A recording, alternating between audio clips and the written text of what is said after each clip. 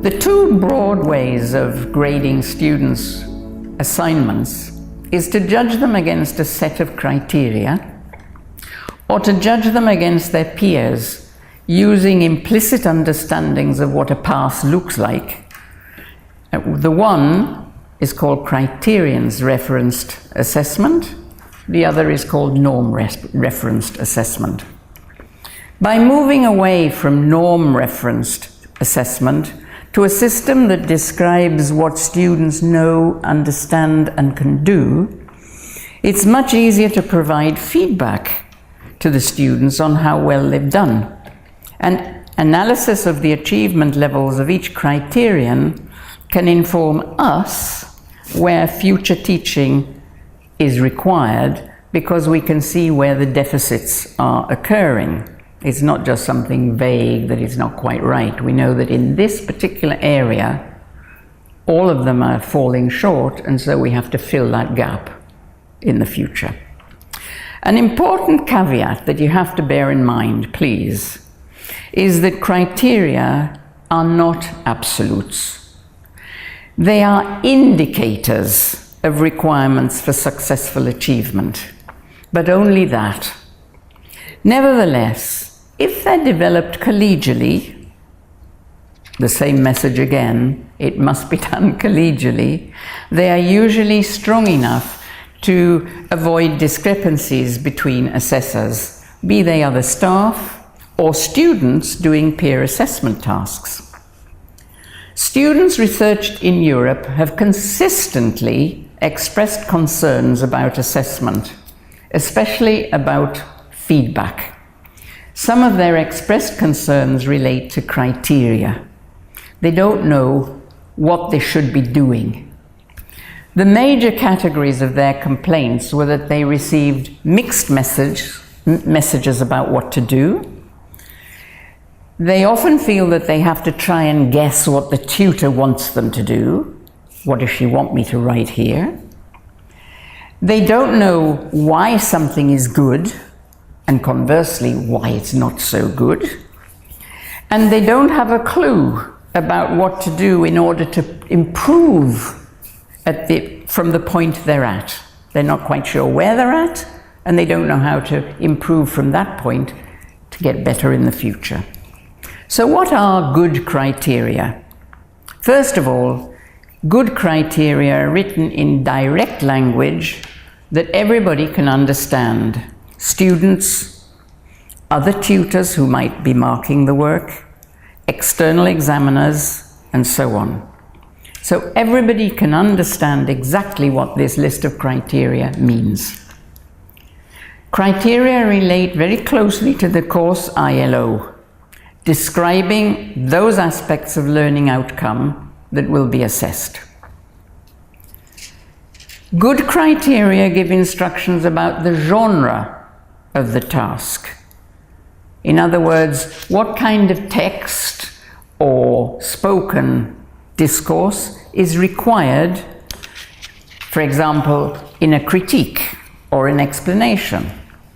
The characteristics of the genre should be discussed with the students before they have to do the task. If we take the critique and the explanation, for example, a critique means that you make judgments about something. An explanation simply means that you describe it. Now, if a student submits an explanation, really speaking, they shouldn't get any marks at all because they're not submitting a critique. But unless you explain beforehand what the genre is intended to be, then you're not really being fair. Good criteria indicate the quality that the students have to produce, what is required for a pass level in a positive way. They also help the students to know what they need to do and understand for different levels of achievement. So good criteria will tell you, if you do this, you'll get a pass. If you do this, you'll get a very good pass. If you do this, alas, you won't get a pass at all. And they should, however, stress what they have to do for achievement only mentioning failure. It should be clear to tutors, students, stakeholders, and all the rest of them exactly how and why marks have been awarded, and that they have been awarded fairly. So students don't feel, you know, I should have got a pass as well. They must be open, fair, and justifiable. Now, we give some examples of this criteria in the lecture on standards later on. It's easy to describe the qualities of good criteria, but in order for students to learn to establish their own criteria, it means more than simply giving them lists of criteria to adhere to for the different assessment tasks.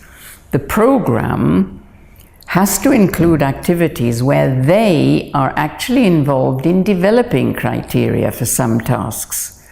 And they should be able to use criteria, their own or yours, in order to make judgments about peers' work in other students in the same class, and eventually, of course, their own work. Notice that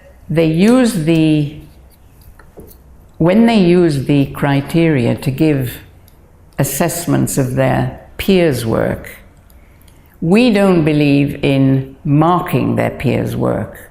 What they're doing is commenting on their peers' work, giving feedback so that the peer can improve the draft before they submit it to the lecturer. During the course, we'll be trying out some of the activities which we believe help students to become creators and expert users of criteria for success. It goes without saying now that inducting students into interpreting criteria and later developing their own is a joint task. Guess what? It's a joint task for all the tutors engaged in teaching a program.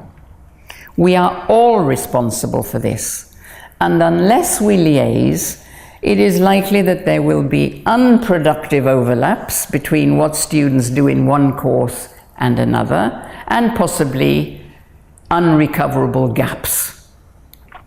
Peer and self-assessment are both now widely used and written about, and the use of criteria is essential to enable these. And the question I'd like to leave you with is this: how do you develop and use criteria for success in your courses?